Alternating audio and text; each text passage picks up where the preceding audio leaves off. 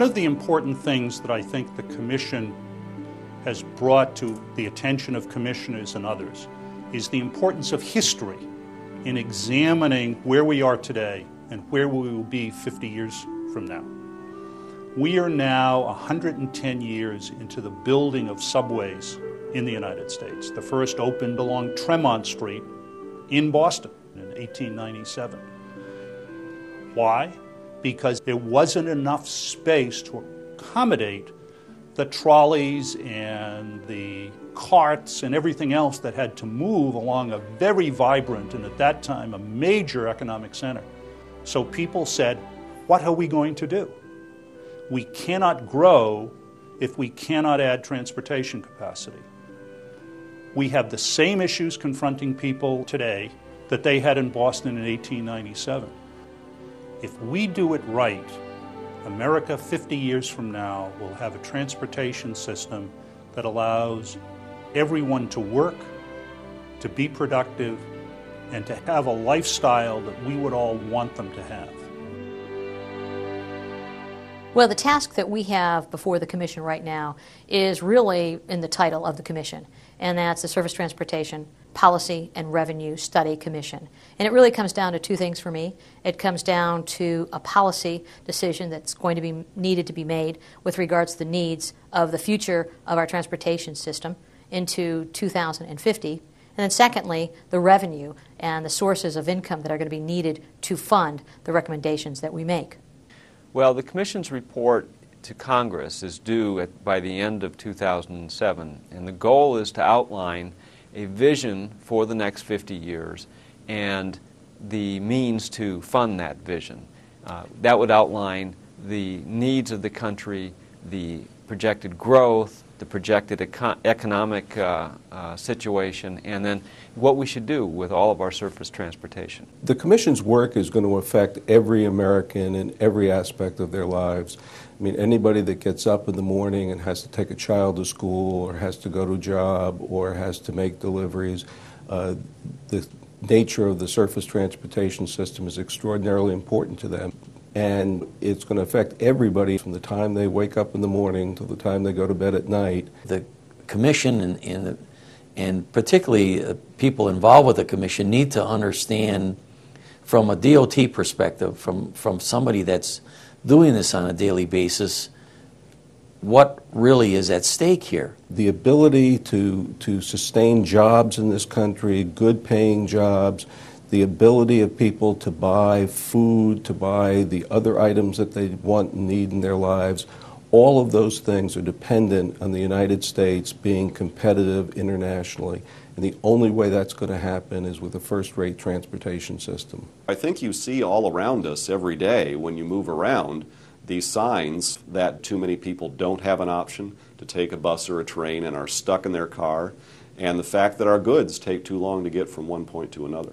They sit in traffic jams for many hours, and that affects the quality of life. It affects their ability to spend time with their families. It affects their ability to have a reliable, stress-free trip. We all know that our average commute is up probably 3 to 5 minutes over the last 10 years. And while that doesn't sound a lot, if that again doubles in the next 10 years and doubles again, then the amount of time that people in the country are going to be spending waiting, as well as emitting into the environment, all those types of things become, quite frankly, a hidden tax on our society. Having them sitting on the road for an hour or 2 hours in traffic every day is not an option. We've got to give them an option of how they get to work or how they go to different places. I think that's very important. And we can do that. We can provide that to people, but the commitment has to be a national commitment. You know, I think the task really is to look out way into the future. Let's get to 2030 or 2050 and really focus in on the problems that this nation has, which is congestion, goods movement, mobility in large communities, large urban areas, but also really take a look at the problems that we are experiencing in rural America today. And in the 50s, late 50s, on black and white television, I remember us making fun on the evening news of the communists, the Russian women, the babushkas in Moscow in their lines getting their daily ration of bread. You know, it was daily. We're saying, man, that system doesn't work. And the journal article, the author had basically said, we have that same bread line today. It just happens to be in our major cities where we're all in line going to and from work. And we've just accepted it. And I think it's time to say, enough. We don't need to accept this anymore. There are alternatives, albeit those alternatives are expensive. But it's also very expensive to do nothing. And I think we have to recognize that there's a huge cost out there doing nothing. The group of people that sit on this commission bring an incredible amount of background and history and intellectual thinking, with a lot of views on how we should fund this and how we should price it and how we should construct it. And I think that's the strength of this commission, is really the diversity of the individuals that have come to this table to take on this task. We come from different backgrounds, different political backgrounds, but I think we are all of the same mind that our transportation system is vital to the country and that we need to find ways to improve it. We've had 10 hearings throughout the country. We have had hundreds of witnesses talk to us and testify before us. And I couldn't even begin to tell you the thousands and thousands of pages of studies that we've been given to look at. And in light of that, it will be the tough choices that we have to make, and really, I think, being bold and doing not a lot of what's been done before, but if it's broke, we really do need to fix it. It started with a notion that we would do a few around the country, and then we broadened it. And that was born out from the Commission's desire to really understand the regional needs. We did not want to just sit within the confines of the Washington Beltway and hear the same people talk about the same issues with the same solutions. We wanted to hear fresh perspectives on the problems and fresh perspectives on the solutions. You have to get out to the farmlands. You have to get out to LA and see the growth at the ports. You have to go to Minneapolis. And you have to see the problems that this nation is facing today with their transportation infrastructure system. We learned a lot in our public hearings. There's no question about it.